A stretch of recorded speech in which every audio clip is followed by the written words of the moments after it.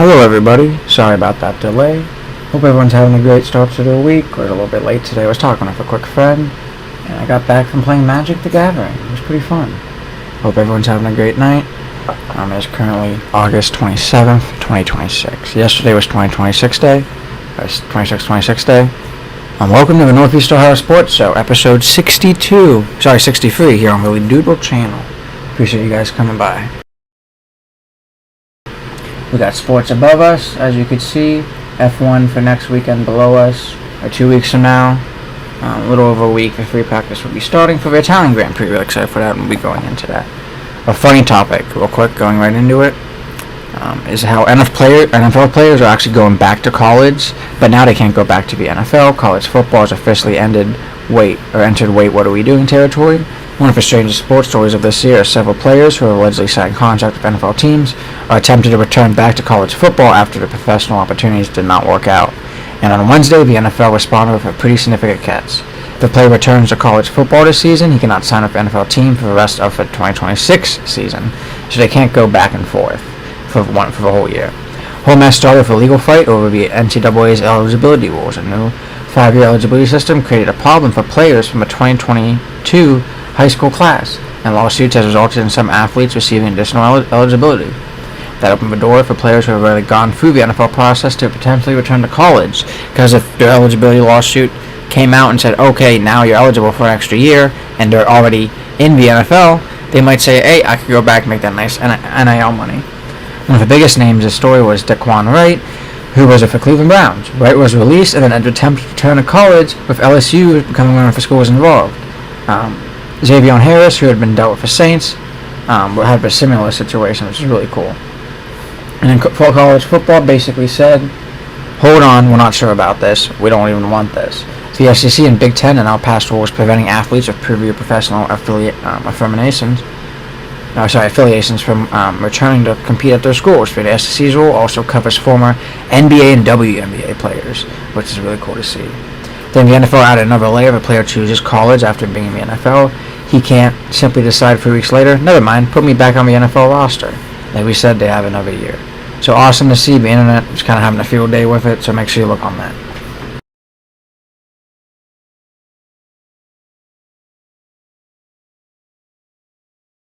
A visit from a beautiful girl, Moo. She wanted to say hi. Big cat. Say hi, Moo, I missed you. I know. She's like, you were gone all day playing Magic after work. I know. Alright, we'll go right into F1. Last week we had the Dutch Grand Prix, and we have Monza preview of Italian Grand Prix coming up. Formula 1 has returned from its summer break at Zandvoort for the Dutch Grand Prix, and the final Dutch Grand Prix on the current calendar delivered plenty of drama. I'm kind of sad, like we talked about last week, it's a track from 1939, so crazy.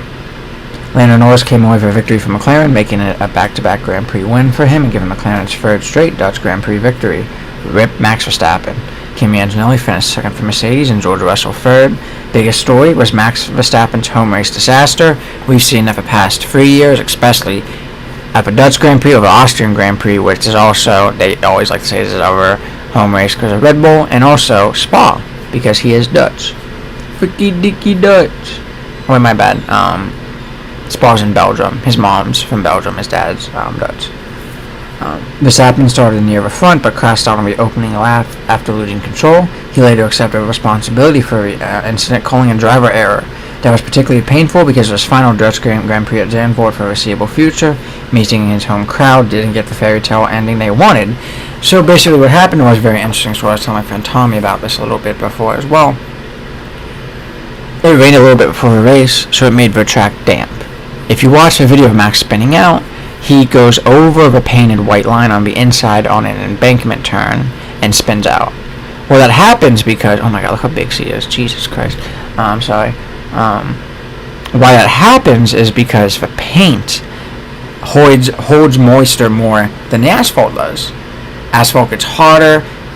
Even though it's polymer based, it doesn't really have like the coating that this paint does. You know, the paint's supposed to last, take hits on it.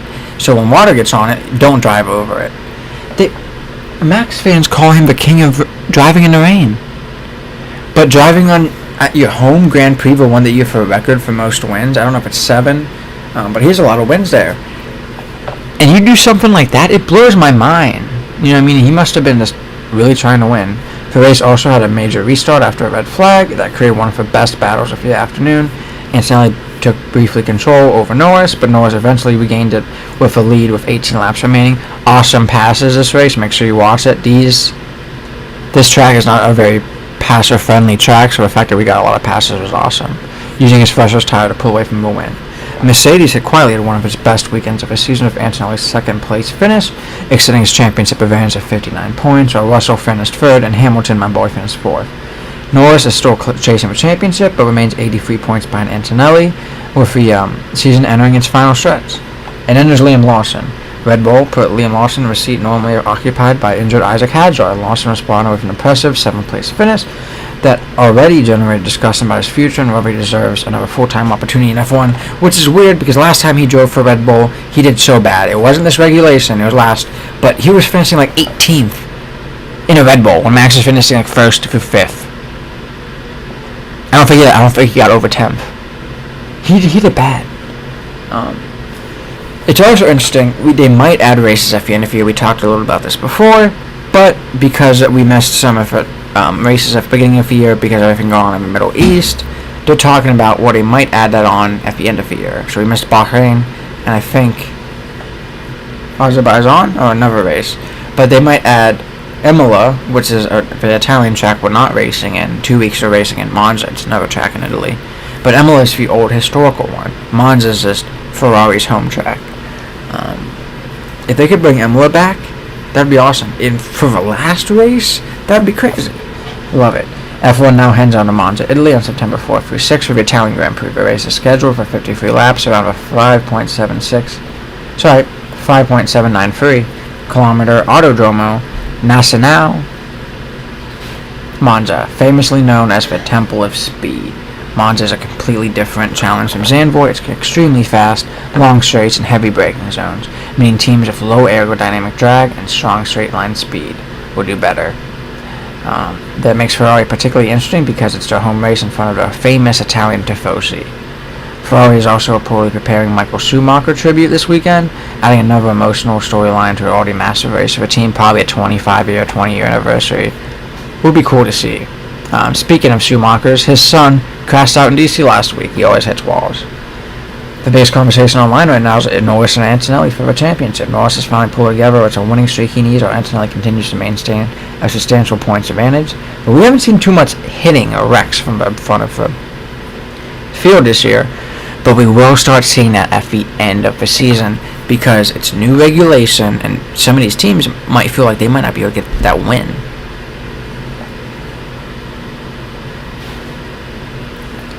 The second major topic is Verstappen's crash. Fans are debating whether it was simply a rare driver mistake or another sign that Red Bull doesn't have a dominant package it had in previous seasons, but like Max said, he admitted it was his fault. For commentators that are drivers themselves said it's his fault. Finally, there's a surprising off-track storyline. The FIA's appeals over Monaco GP penalties. The International Court of Appeals is expected to rule within weeks. The decision could affect championship standings depending on how the penalties are treated, which will be interesting as well. So, for the results for last week, we had Lando, Kimi, George, Lewis, Charles, Oscar, Liam Lawson, Nico Hulkenberg, Fernando Alonso. Really good race for Audi and Aston Martin, for at least Fernando. Pierre Gasly, Alpine, Racing Bull was next. Yuki Tsunoda, Alfred Lindblad. 13th was Gabriel Bortoleto. Franco Colapinto for Alpine. Sergio Perez for Cadillac got 15th. Then we have Carlos Sainz for Williams, got 16th. Retirement was Alexander Albon for Williams, Valtteri Bottas for Cadillac, Esteban Ocon for Haas, Lance Stroll for Aston Martin, not surprised, Oliver Bowman for Haas, both Haas cars out, and Max Verstappen was the last one out. Crazy. I'm really excited for Monza. Once again, how many turns? 11 turns. The lap record was actually last year by Lando Norris at a 1 minute, 20 seconds, .901, which is crazy that he's actually able to beat some of these older cars, particularly Red Bull, particularly W11 Mercedes. Both of these cars basically used cheating tactics that wasn't cheating at the time, but the rules were changed because it was so OP and basically cheating. Way to go on your book. Counterclockwise, established in 1950, Max elevation about 153.2 meters with a minimum elevation about 140.4. Awesome. Monza, Italy track. Cool. Total distance out of its 53 laps is 306.72 kilometers. Standings of Kimi Antonelli, George Russell, Lewis Hamilton, Lando Norris, Charles Leclerc, Max Verstappen in 6th, 33 points behind Charles Leclerc. Oscar Piastri in 7th, 104. Isaac Hadjar in 8th, Liam Lawson, Peter Gasly, Arthur Lambert, Franco Colapinto. Rest don't matter. Constructors, Cadillac still hasn't gotten a point. Yucks. First year team, kind of not surprised. We have Mercedes at first, Ferrari in second, then McLaren, Red Bull, Racing Bulls. So good year for Red Bull. Not strong up there, but both the teams are actually pretty well up there. And we have Alpine, Haas, Audi, Williams, Aston Martin. Horrible team, Aston Martin. Was supposed to be great this year. They have the best engineer, designer, Adrian Newey. He has built the most winning cars in F1. He's their team principal this year. It's not working out. I think they actually probably just they need to get a good principal in there. Because even me as an engineer, sometimes these teams do ran such like a business. Toto Wolff that transformed the Mercedes team in such a small amount of time, became a multi-billionaire by doing that because he had stock in Mercedes. That's part of his CEO deal. He's a businessman, and he runs it like a business. And sometimes that's good. He has a racing background, but he's mostly business. Same with Zach Brown. Same with Christian Horner. Sometimes there's guys that's only business. There's guys that are technical and engineering, like we've seen with Williams and Haas with their team principals. But for a designer, a straight-up designer, that's kind of a lot to say. Hey, if you're the best designer, you could be the best team leader. It's two different things. Like, he is a genius in sitting in a room and using his aerodynamic brain that he learned from probably Cambridge or somewhere in England, yuck, to build a good car. Doesn't mean you could lead a team or manage a team. That's me as an engineer, I say all the time. I love coaching, but I could never be a head coach because there's so much that goes on in that. Let me be an assistant and plug and play where I can. That's the problem with Adrian Newey right now. Then Cadillac and Last have 0 points. But, I mean, they're only 3 points behind a team that has a lot of money and backing. Kind of crazy.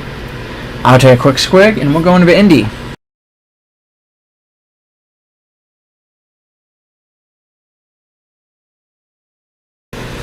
Indycar just finished one of the strangest races of a calendar. The Freedom Grand Prix in Washington. Freedom 250 Grand Prix in Washington, D.C. And if you wanted to race to combine IndyCar, 4th of July, politics, the National Mall, military flyovers, that's always lit, the presidential motorcade, and a 250-mile street race. It was actually a little bit less than 250 miles, but we're going to talk about that. IndyCar apparently checked every box at once. The big winner was for Kyle Kirkwood of Andretti Global, which is feeling positive on the race for me, is to see someone I love in Andretti Global's team and Kyle Kirkwood winning. He's good at street courses, not surprised. He started second and absolutely dominated, leading by 128 of 147 laps on the 1.7 mile, and that's why. We're going to talk about that. It's very close to 250. It's not 250, so I get it.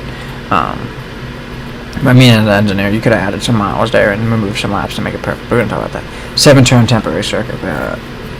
He survived six caution periods and several incidents to take his second victory of the season.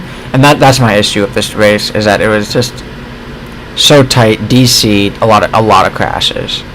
But not surprised. The victory came especially important because Kirkwood has been looking at what appeared to be an almost impossible championship deficit. Coming to Washington, Alex Palou had a massive 133-point lead over Kirkwood. Palou even started from pole position, but as the race eventually fell apart, he received a drive-through penalty and other problems during the race, and eventually finished 20th. I believe pit stop problems as well. Kirkwood won insanely. His championship gap dropped from 133 points to 91 with only 3 races remaining. So somehow there's a championship fight again, but it won't matter. Palou will win. He'll stay consistent. Palou is still overwhelmingly favored because 99 points is an enormous gap in IndyCar terms, but Kirkwood has something that he didn't have a week ago, a realistic mathematical path to the championship. But he's not exactly lacking momentum, but he has to do so well, and Palou has to do so bad. It has to be like this every week, or Palou has to crash every week. So crazy. The DC race itself, it was something. Off its side, Freedom Grand Prix generated as much conversation as the actual racing. The event was created as part of America's 250th anniversary celebration, and President Donald Trump participated in the opening ceremony and took a ceremonial lap before waving the green flag. The events featured military flyovers and even a bald eagle release. That is freaking America's crap. I was golfing. I was sad I didn't get to watch the beginning of it, but this is so over politicized. I'm kind of happy I didn't watch it. That made the race extremely popular with some fans and extremely controversial with others. Not surprised. Online, the biggest debates were ever seen in America Freedom 250 should actually become an annual race. Some fans love the spectacle and idea of racing around the National Mall. My issue was it was kind of overhyped, where we thought they were going to pass so much cool stuff. Like I talked about last week for White House, all this stuff. I thought it was for Lincoln Memorial. It didn't pass any of this stuff. Literally, like Trump, when he released the video about the AI crappy video about this, it had the Indycars passing all the things I just said. All it passed, and I love museums.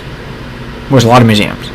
It passed my favorite museum, Smithsonian Aerospace, like Science and Aerospace, whatever it's called. But like that building itself just looks like 6 concrete bricks in a row. There's nothing cool about that. And then it passed the Capitol building. So the Capitol building was cool, but it didn't pass the White House, didn't pass the Lincoln Memorial, didn't pass any other like recognizable landmark. So I mean, what the heck? You know what I mean? It was mostly like I said museums because it was around the Smithsonian area, and I guess like I forget the word, but it was like weird buildings, like stuff that like it has cool history, but it's not like when you think about DC, in my opinion. So I'm not surprised. While others thought the combination of motorsports and political pageantry was a little bit too much, and I'm like the beginning stuff, releasing a bald eagle, him taking a lap, kind of crazy. He did that at Daytona before, and I get it, but like to me as a president, and I'm weird, I would rather actually just be like sitting and watching the race than like be taking part of it, because like then you have to go back up to your seat or your box, and then like you're missing the start of it, and it to me, I want to be there. But like, it's not about me. You know, it's about the drivers, and that's because I'm a fan of it. You know what I mean? Like a great example is whenever he was at football games or college playoff games, it's not like he walked out and did the coin toss. They would just show him in his booth, and they would all boo at him. That's kind of how it should be. But from a pure racing perspective, Kirkwood didn't seem to care about any of that. He basically showed up, took the lead, and said, "Thanks for coming." And we know he's good. The street course is so awesome and cool to see. Now, next up this weekend, IndyCar heads into the Milwaukee Mile for something completely different, an oval doubleheader. There'll be 2 races this weekend, with the Snap-on Makers and the Fixers, 250 on Saturday, August 29th, followed by the Snap-on Milwaukee Mile, 250 on Sunday, August 30th. The Milwaukee Mile is a historical 1-mile oval, and these are the final oval races actually of the 2026 season. A lot of guys always do well here, and I actually want to check time for this because I kind of figured out this was a double race.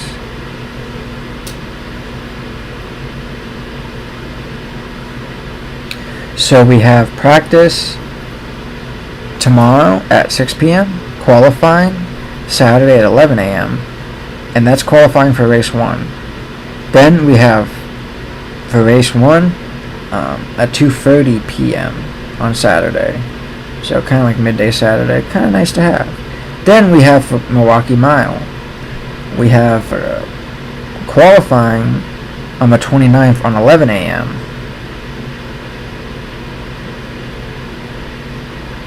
Oh, I see. So they have a qualifying like before the second race, before the first race.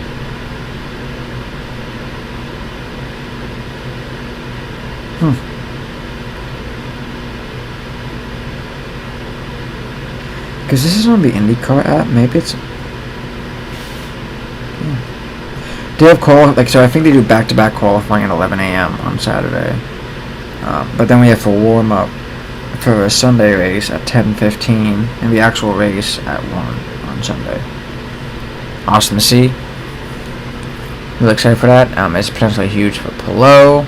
He doesn't need to win either race, but with his advantage, he is basically to avoid another Washington-style disaster, while forcing Kirkwood to continue winning to get it, which would be interesting. Championship picture currently has Pillow first, Kirkwood second, Christian Lundgaard third, David Lucas fourth, and my boy Pat Allwood fifth, same as his number. Be interesting to see what would happen.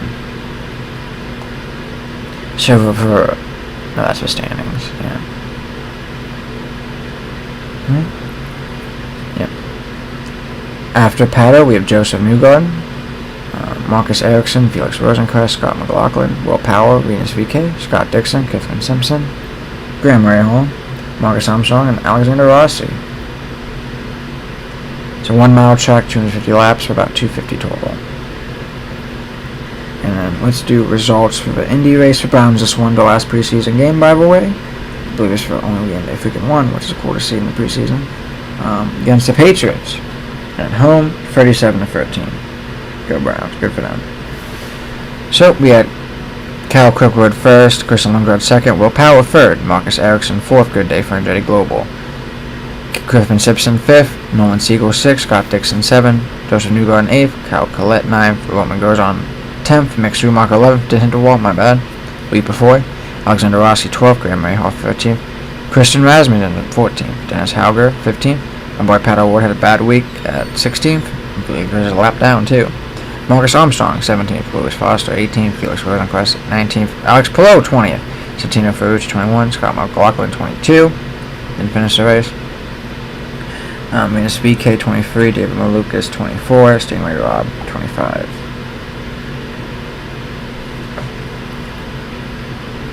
Now on to NASCAR after I take a quick swig.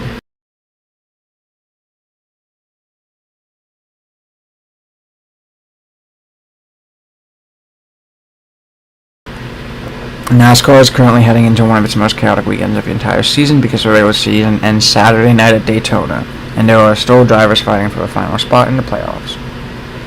Last Sunday at New Hampshire Motor Speedway, my boy Ryan Blaney came through with a huge victory for Dollar Tree 301, beating Bubba Wallace just by 0.58 seconds. Blaney led 115 off of 301 laps and picked up his third win of the season. It was also his second straight win at New Hampshire. The interesting part, that Blaney's race almost fell apart in the middle. A slow stop frustrated the Team Penske driver because they couldn't get the lug nut on. Had to drive the car back. But the team recovered and Blaney eventually got back up to front. Wallace finished second while Josh Berry completed the podium. So, Toyotas are still going strong. We are not seeing the Chevys be too strong besides major speedways like Daytona. It will be interesting. My opinion. Or sometimes street too, like not on street, but like for road courses, we see Chevy do pretty decent because it doesn't matter. Ford upgraded their bottom aerodynamics about 2 months ago, and Blaney's winning again. Ford's back in it. Blaney won Daytona last year. Won New Hampshire last year. Daytona this weekend, eh? For some reason, Blaney's won the Coke 400 twice, but he can't win the 500 for Daytona. Kind of weird. But that's how it is. Bubba Wallace, though, finished second. Has been an important victory for Blaney. Wallace is sitting in a very strong position to make the chase. According to the playoff predictions, he needs essentially a solid finish to Daytona to secure a spot, and they already did that earlier this year when his partner won. And this is where things get pretty interesting. The Coke Zero Sugar 400 comes Saturday night, August 29th at Daytona International Speedway. The race starts at 7:30 Eastern Standard with NBC carrying the broadcast. It will be 160 laps and 400 miles, and more importantly, it will be the 26th and final race of the regular season. And Daytona is basically NASCAR's version of throwing a grenade into the playoff standings. Super Speedway means racing could wreck.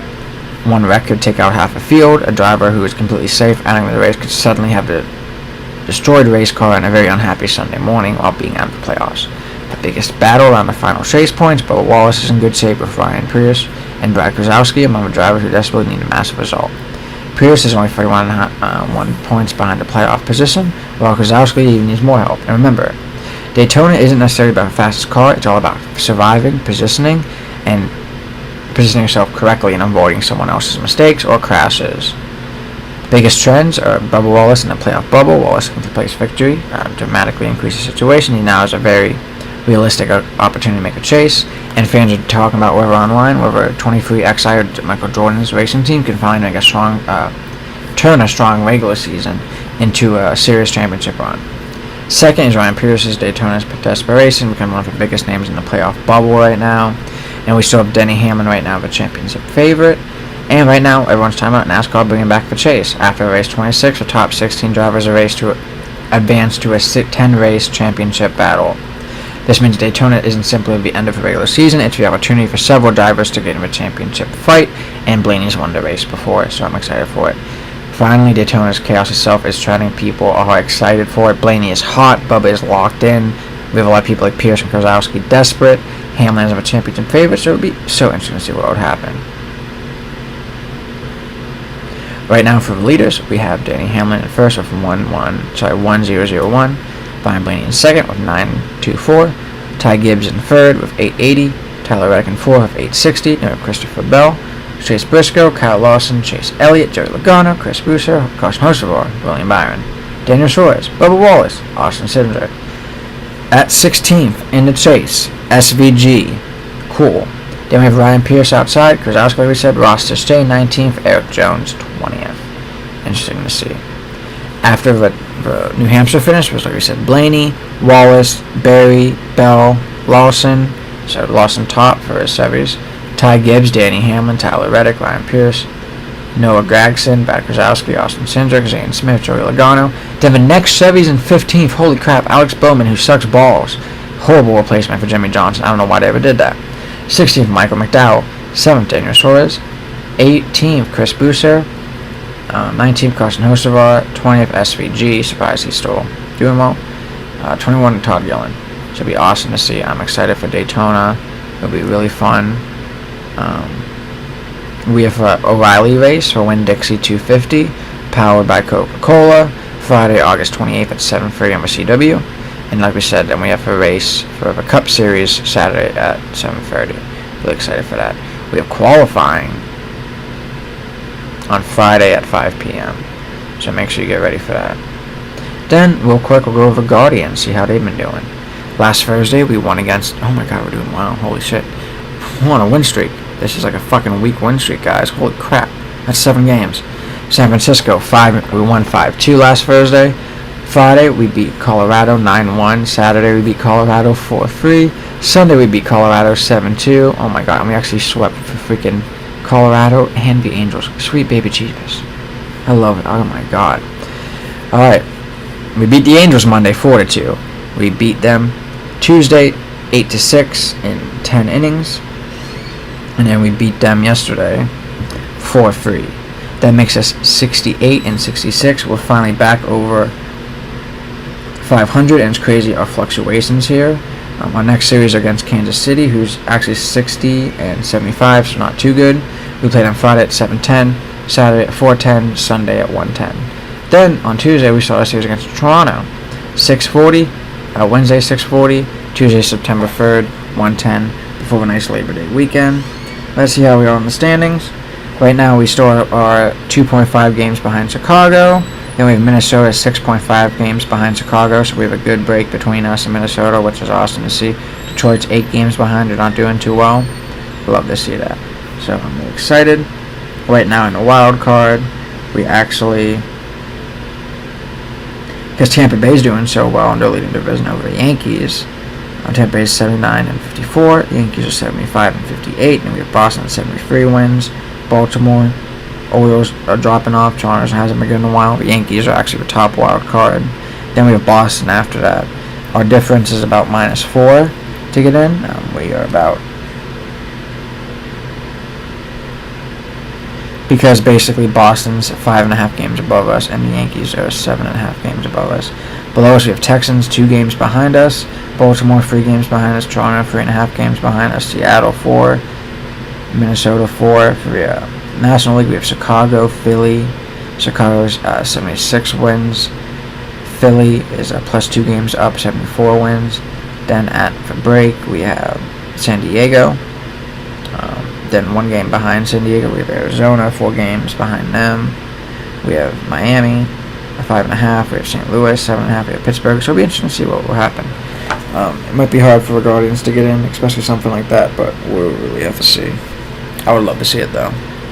Maybe Boston falls off. Now the Browns. Like we talked about before, Browns won, but last Saturday, the Cleveland Browns hosted the Bills for a second preseason game and got blown out 31-7, but we did just win tonight. The Browns rested most of their veteran starters, so their game was primarily about evaluating young players, especially Shedeur Sanders, who was scheduled to start. Sherrill gave for Browns something to talk about. He completed 9 and 11 passes for 74 yards, never forget, and a touchdown and an interception. He looked comfortable running the offense. His touchdown went to Luke Floria, who gave Cleveland its only touchdown in the afternoon. The Browns also completed 5 completions of 10-plus yards. Of course, the problem was basically anything around them. Buffalo dominated the game. Cleveland sort of struggled to sustain drives, and the Browns' defense eventually gave up 31 points. The game was also delayed by a lightning and weather situation. Tonight, though, during our win, we actually had Dylan Gabriel played, but I'm guessing they didn't play a lot of the starters. Because, if I wasn't mistaken, they had Tommy DeVito playing for a while, and they had this guy, Braden Moorhan, who was like 24 out of Texas Tech. So for the Browns, Gabriel did really good, actually. He was 12 for 15 for 3 touchdowns. But if this is against people who aren't going to be playing, who cares? You mean the full box score for our quarterbacks, we had this guy named Telling Green. He went 5 for 7. Okay, like none of our running backs here were actually guys that are going to be playing. Maybe Raheem Sanders a little bit. Patriots, yeah, they had Tommy DeVito go 2 for 4. Then they had this other guy, Moorhan, go 18 for 28. Tommy DeVito went 2 for 4 for touchdown. 55 yards. So, I just don't think any of these guys are starters, so I think they already said that Watson's going to be the starting quarterback. It makes sense with how much money we're putting on him, and I'm really not surprised, but it should be Sanders, but maybe give him more time to develop. So, bottom line is, Sanders played well, Watson still struggles, fan boo Watson, we had a weather delay, Silo calls it rigged, which is funny. Browns named Watson QB1, and training camp ends, so excited for the regular season. I really appreciate everyone stopping by. Sorry for the delay again. Wanted to get some stuff done around here real quick before I started. Really appreciate everyone coming by to watch the show. If you have any comments, we're all good there. So I really appreciate everyone coming by, and thank you for the views. I got like a ton of views for some reason tonight, and that's actually awesome to see, so I appreciate it. Peace, everyone. Also, make sure you come by Monday for the Week Ahead News Show. That's it. Thank you for coming on the Believe Dual channel. Hope you guys have a great Friday.